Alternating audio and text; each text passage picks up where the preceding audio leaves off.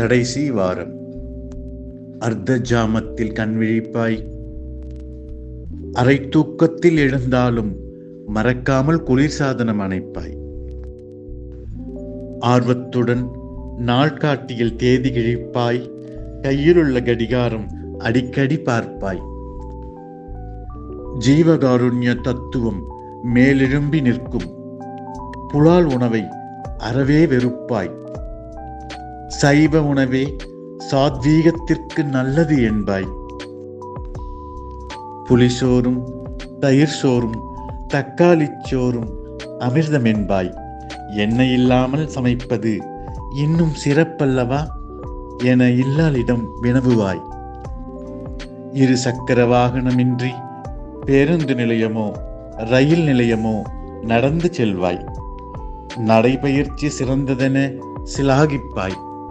திரையரங்கில் திரைப்படம் பார்ப்பதை விட புத்தகம் படிப்பது புனிதமானது என்பாய்.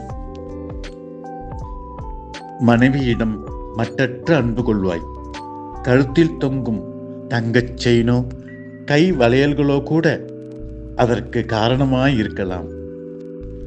குழந்தைகளுடன் வீதியில் விளையாடுவாய்.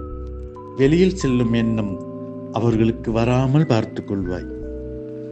வீட்டில் உள்ள படித்து முடித்த நாளிதழ்கள், புத்தகங்கள், இரும்பு, பிளாஸ்டிக் போன்றவற்றை செவ்வன சேகரித்து பழைய பேப்பர் கடையில் பாதி விலைக்கு போடுவாய்.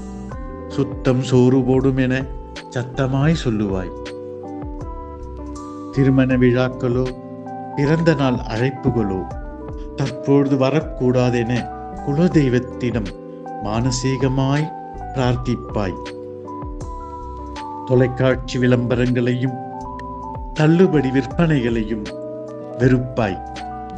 வேர்க்காமல் அடிக்கடி முகம் துடைப்பாய். அலுவலகம் விரைந்து செல்வாய்.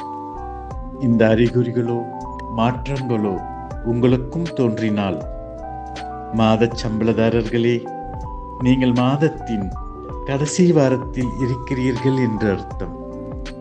அன்புடன், ராஜகுமாரன்.